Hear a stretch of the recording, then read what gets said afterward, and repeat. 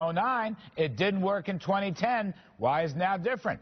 So we'll ask, how's it going to play in Peoria? Let's go direct to Peoria for this special edition of Free Market Friday. First, we're joined now by House members Carolyn Maloney. She is Larry Kudlow's Democratic congressman from New York City. God bless her. And direct from the aforementioned Peoria, Illinois, Republican Aaron Schock. Ms. Maloney, I assume you're going to vote in favor of President Obama, but I want to ask you, are you not troubled by the temporary nature of these tax cuts? People might grow a little more next year, but it'll all come out of 2013 and 2014 when the economy might tank back into recession. Well, at least it's a tax cut, and a tax cut is a tax cut, and it's going to help this struggling economy.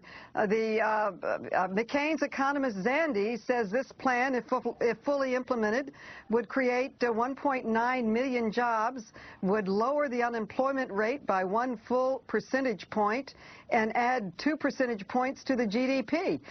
Many economists are saying that Nouriel Roubini and others, that we face a double-dip recession. At least the president has a plan. He was feisty. He was positive.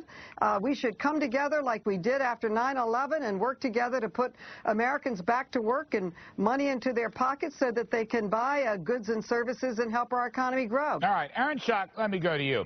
Haven't we heard similar promises in 2009 and 2010 with temporary tax cuts and lots of federal spending not improving the economy? What's your thinking on the Obama plan? Well, Larry, I was sincerely looking forward to working with the president. To Carolyn's point, we do need to come together. We do need to try and work in a bipartisan way to put Americans back to work.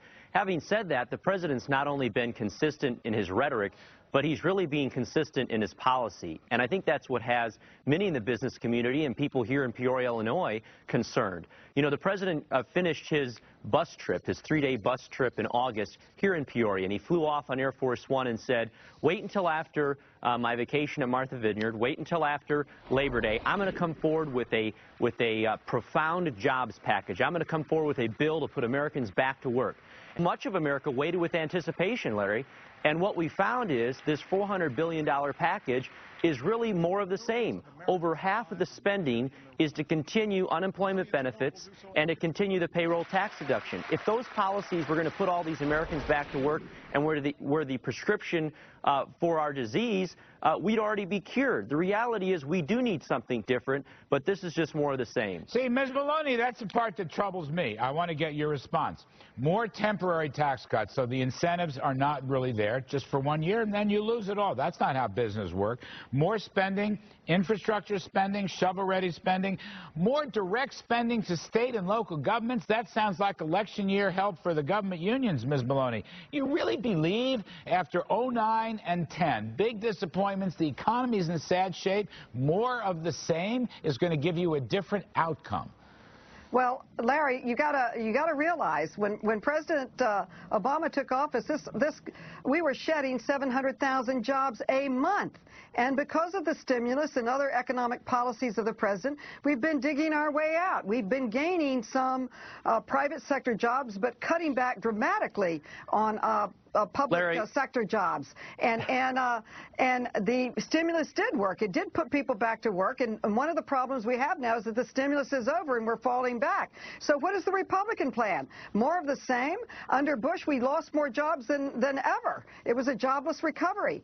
So at least put forward their ideas of how to grow this economy. Well, that's a fair question. Aaron Schock, what will the Republican response be? Well, first of all, I think most Americans are tired of hearing about how this is all Bush's fault. The President of the United States has been president for 2.5 years. He said when he was elected that if he doesn't have this unemployment down within the first 3 years, he'd be a one-term president.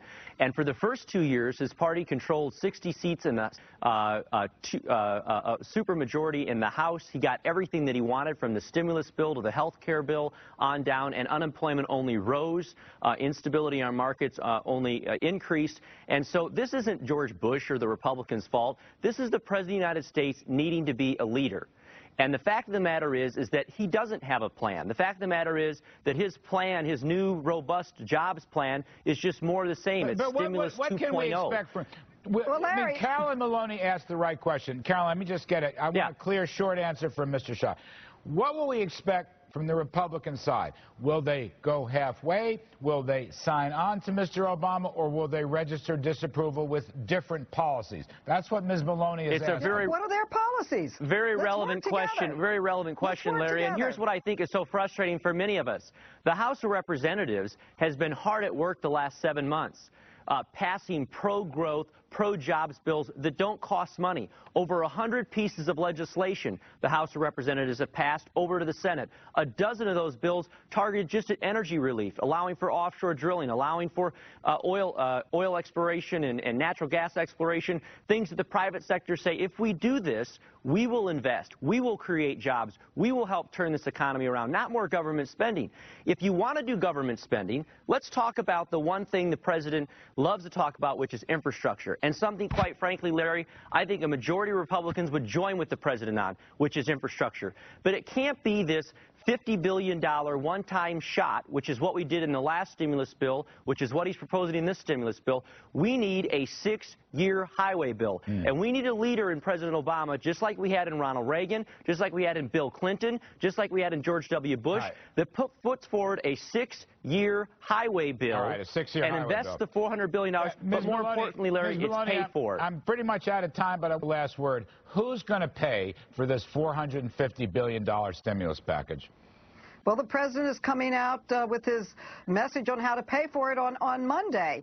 But I agree, we found something to agree on, that we should pass the infrastructure bill and reauthorize the FAA and reauthorize the highway transit bill. That bill has been sitting around. It's going to expire this month if we don't reauthorize it. I would like to work together with my Republican colleague to make sure that is passed and that it does get dollars out there to modernize our crumbling bridges, roads, and mass transit, and invest in high-speed rail that makes us competitive in the 21st century, and modernize our schools. Some of our schools are not even wired for computers. It's outrageous. All right. Larry, always good to see you. You're great, Carol, and so are you, Aaron, and I'm glad we had a little bit of agreement on a Friday evening. I appreciate it, both of you. Please come back soon. Thanks, Larry. Now, folks, tell us what you really think. We're live tweeting right now at the Kudlow Report. It's all one word. Let me hear from you. And coming up next, AT&T strikes back at the Justice Department's plan to kill its takeover of T-Mobile. We're going to have more on that and all the other late-breaking headlines coming into the CNBC newsroom right after this brief profit-maximizing commercial break.